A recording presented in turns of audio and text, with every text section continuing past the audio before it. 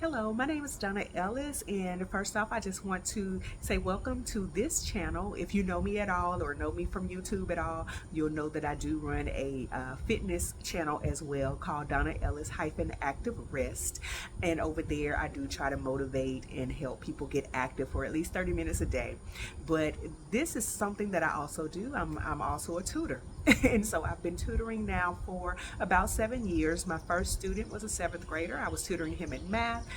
His mom had asked if I could, assist him, and I thought that it was going to be like, just that semester, help him get his grades up, and then I'd be done. I did not think that I would be doing it for this long, but he continued to come and see me. I continued to work with him, and then from there, I'd get other students that would come in, and mostly people that I knew who knew that I tutored and knew that I, could help with math, and they would send their kids to me, and I would help them and get them on the right track. Some of them would come consistently, some would just come, spur the moment, like I'm having a problem with I'm having an issue with a particular topic, not necessarily needing long-term help. But here recently, I've been actually helping folks, helping students for a longer period of time. They just continue to stay with me, and also they come and work with me during the summer. I tutor them during the summer. So that's just a little bit of background. Like I said, I primarily tutored math, high school math, and then here just last year, I believe, is when I started doing some elementary math. And so I was like, okay, I was scared to do that at first, but it's pretty easy. So I said, okay, that's something I can do. And then now I'm actually tutoring a pre-K student, which is so much fun, and I was scared to do that. That's something I was nervous about doing, and I'm doing it over Zoom, which was also a scary thing for me. Somebody had asked me last year if I could tutor their pre-K, their granddaughter, and I said, I don't know if I really do that. That might be better to do in person, but I just kind of took a chance on it this time because somebody had asked me to do it, and so it's been going really well. I've only had 2 sessions with this student, with the pre-K student, and so but it's gone well so far. And so with that, that's kind of where I want to get started here with this video. That's what this video is about. This is for my pre-K parents. I just wanted to help you get started with, helping your kids learn to read, learn to count, whatever it is you need. There are some things that we did. I'll tell you right now, I have a 6-year-old daughter. So I typically would not have done this had I not had my daughter and watched her, grow and learn and develop. I would have still been scared to tutor a pre-K child. But seeing how my child has grown and how we've nurtured her and taught her, it kind of encouraged me and motivated me to try to help other people, other parents, get their kids started and get them ahead of the game. And so that's what I want to offer today. I just want to offer a little bit of assistance to you if you are just trying to get the kids' attention and you can't really get them to focus and settle down and learn some things. I just got some ideas that I want to help you out with. So the first thing that I want to offer to you is, a lot of people will tell you, and I'm sure there's like some science behind it, some studies behind it, they'll tell you don't put the kids on like a tablet or on YouTube, try to keep them away from that. Well, we found that difficult to do, and my daughter started watching YouTube and tablets and stuff at a very young age, and so very, very young. And so what she liked, from the time she was a baby in a rocker and a swing chair, she liked Bob the Train. So I'm gonna go ahead and shout out Bob the Train, because Bob the Train was very influential in our lives. It was the one thing that would come on when she was a baby that would get her quiet, and she could watch Bob the Train. I mean, she could watch it.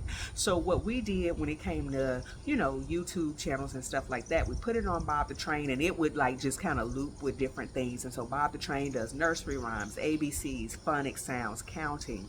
So whenever we saw that our daughter was learning something, we just reinforce it. So one day I noticed that she was just calling out colors at random, and so I was like, okay, she's learning her colors. And so when would go for our walks, I'll say, what color is that car? What color is that car? What color is that tree? What color is that flower? And she would name the colors off to me, or I would tell her what it was if she couldn't name it. And so that's kind of how we used, YouTube. We took what she was learning off of that and just reinforced it in the home. Like for instance, she started learning like shapes, like when we was passed by the stop sign, which was one of the first words she learned. Like at 2 or 3 years old, she learned how to spell stop, because we would go for our walks. She would see the stop sign. Ava, what color? When we'd ask her, Ava, what color is the stop sign? It's red. And then she noticed that it was an octagon as she started learning her shapes. So then I knew we could start learning what are triangles, circles, squares, when she mentioned octagon. And then she started spelling the word stop. STOP, stop, because she would go walking with her dad. My husband would take her out walking, and whenever they would come to an intersection with a stop sign, he would tell her, Ava, you have to do what the sign says. It says stop, STOP.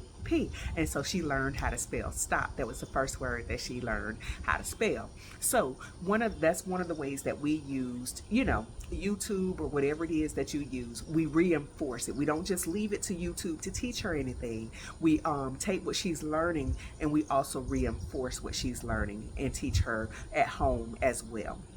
And so here are just some things that I wanted to show you. And I mean, we started this at 1 or 2 years old. Like she was very young when we started this. So you can start now. And I will tell you with my daughter, she's kindergarten. She just finished kindergarten, going to first grade. And she's already reading at a third grade level. When they did their assessment, she's reading at a third grade level. So I think that us, just starting early with her helped out a lot. So this is just a little bit of what you can do, at the house. All right. So first here, I have my notebook. And so you don't have to buy any flashy like flashcards or go spend any money. This is just a regular spiral notebook. And all I did was I took and I wrote, the ABCs. So here I have ABC. And what I would do with Ava, and I would point to the letter and ask her what the letter is, and she would tell me the letter, and then sometimes I'll ask her, well, what sound does that letter make? And then she can tell me the sounds. C, C makes the K sound, things like that. And same with, A and B, and you could do all of the alphabet. You can also cut these up into flashcards. You can write them out and cut them up. So, that's something you don't have to go out and buy. You could do that right at home. Then, now what I've been working on the little girl that I'm tutoring now, what we worked on our last session is recognizing uppercase and lowercase letters. So matching upper and lowercase. So if it was my daughter and she was here with me, I would say, hey, Ava, what is the lowercase letter for A? And see if she can point it out in this row. With the young lady that with the kid that I tutor right now, that I'm working with now, I just point to the letter. She'll tell me no. She'll point here, no. Is that it? Yes. And so that's how I get her to recognize upper and lower case. And I'm just trying to fill her out and see how much of it she already knows. Okay, so you can do phonics. She can learn upper and lower case. Then you can kind of quiz them on whether, what is the lowercase version of this letter, of the letters, and you can do that all the way down and mix them up and see what they know. And then on down here, now this is where we started teaching our daughter to read. This is how we did it. What I just learned is that these are called word families, right?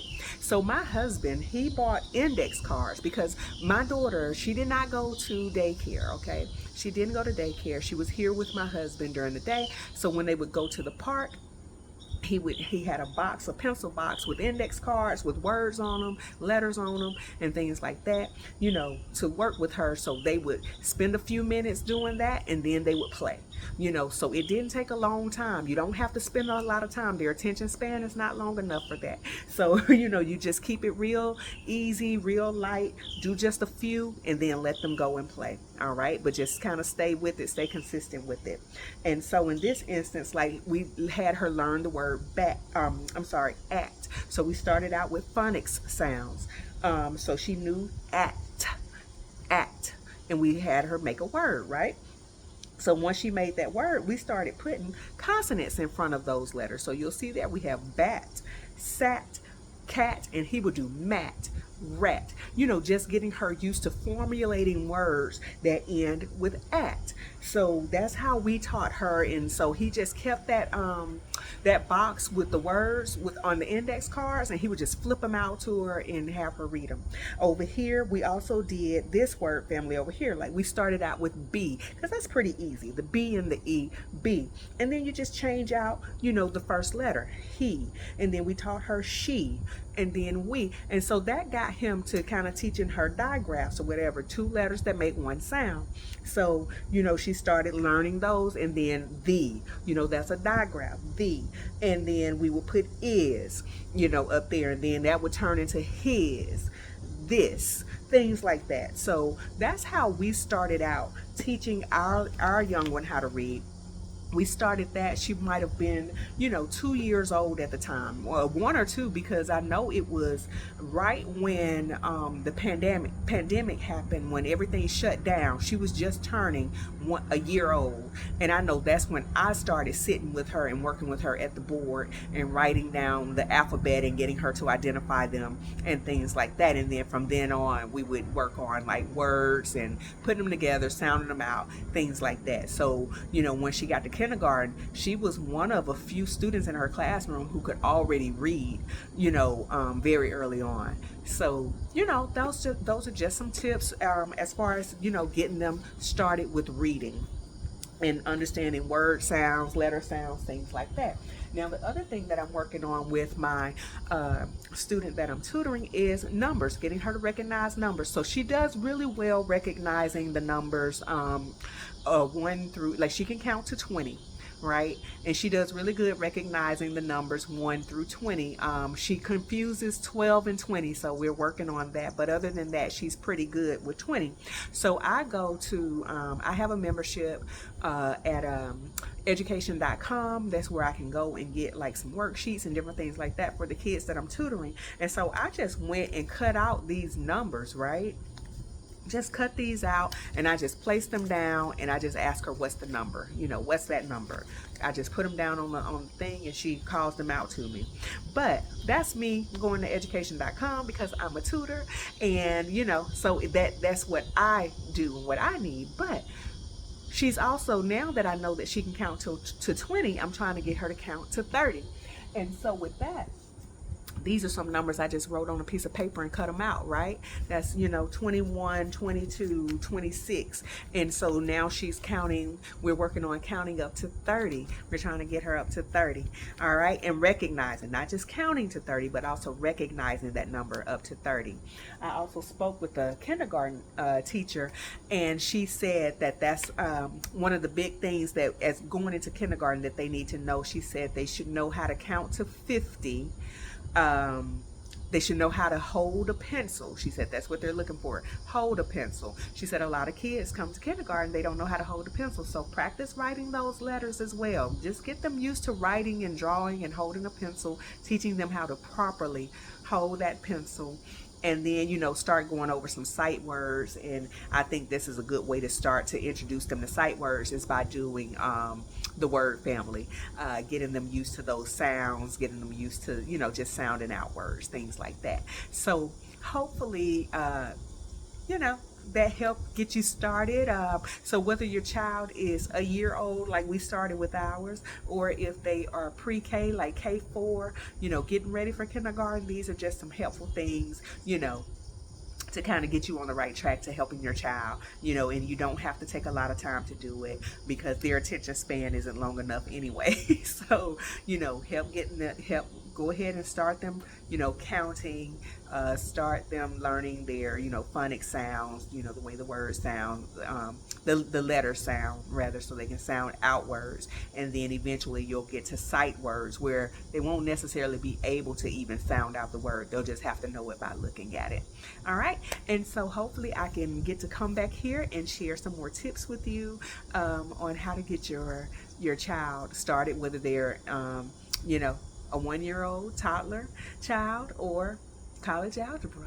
So, meet me here. And if you have any comments, if there's anything that you would like to see on this channel, please let me know in the comments. If you like this video, please hit the thumbs up button. Please, give me some encouragement to keep going. All right. And so if you need some help, of course, let me know what that is. I primarily do math though. So math is my thing. So you'll see a lot of that on here. All right. Thank you. Have a great day. Bye-bye.